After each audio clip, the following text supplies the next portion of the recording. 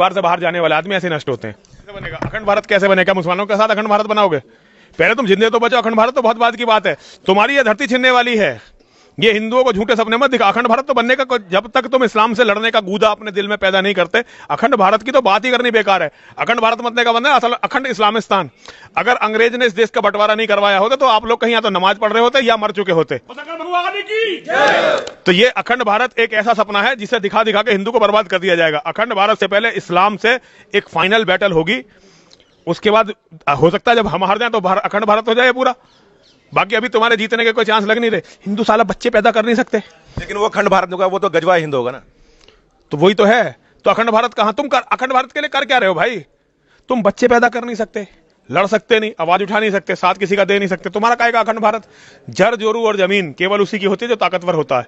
जो ताकतवर नहीं होता ना उसके पास जोरू रहती है, ना जमीन रहती है, ना उसके पास धन रहता है। तो हिंदू कमजोर है, कायर कौम, गद्दार कौम, अपनों को मारने वाली कौम, अपनों से लड़ने वाली कौम। इस कौम में तुम्हारे पास एक नेता नहीं, तुम्हारे पास एक धर्मगुरु नहीं जो धर्म के लिए लड़ सके, तुम्हारे पास एक सरकारी अधिकारी नहीं, तुम्हारे पास एक संगठन नहीं। हमारे पास धर्मगुरु है, हमारे सामने खड़े हैं हमारे। उससे कोई फर्क नहीं, एक छोटे मोटे आदमी से कोई फर्क नहीं पड़ता। लेकिन अभी हिंदू कौम लड़ने की मानसिकता में नहीं आई है। 1400 साल से इसकी बहन बेटियों से बलात्कार हो रहा है, मंडी लग रही है। आज तक ये कौम कुछ लड़ने को तैयार नहीं हो पाई। यहूदियों ने थोड़े दिन मार खाई, आज यहूदी दुनिया की सबसे विजेता कौम है। रूस के एक आदमी को हाथ लगा के दिखाओ ना, वो मार कर दिखाता है। जर्मनी में करके दिखाओ ना।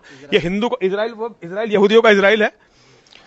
तो भैया ये हिंदू कौम को पहले जो है स्वाभिमान का जिंदा रहना सीखना पड़ेगा। जब तक ये कौम स्वाभिमान का जिंदा रहना नहीं सीखती, तुम अखंड भारत, तुम इस बचे कुचे भारत को बचा लेना तो बहुत बड़ी बात होगी।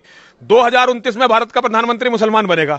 एक बार भारत का प्रधानमंत्री मुसलमान बना ना, उसके बाद एक भी हिंदू की औरत अगर 20 साल में उसके घर में रह जाता, हाँ जहां हमारी कहीं समाधि वमाधि बनी हो ना, तो उस पर जाकर पेशाब करके आ जाना।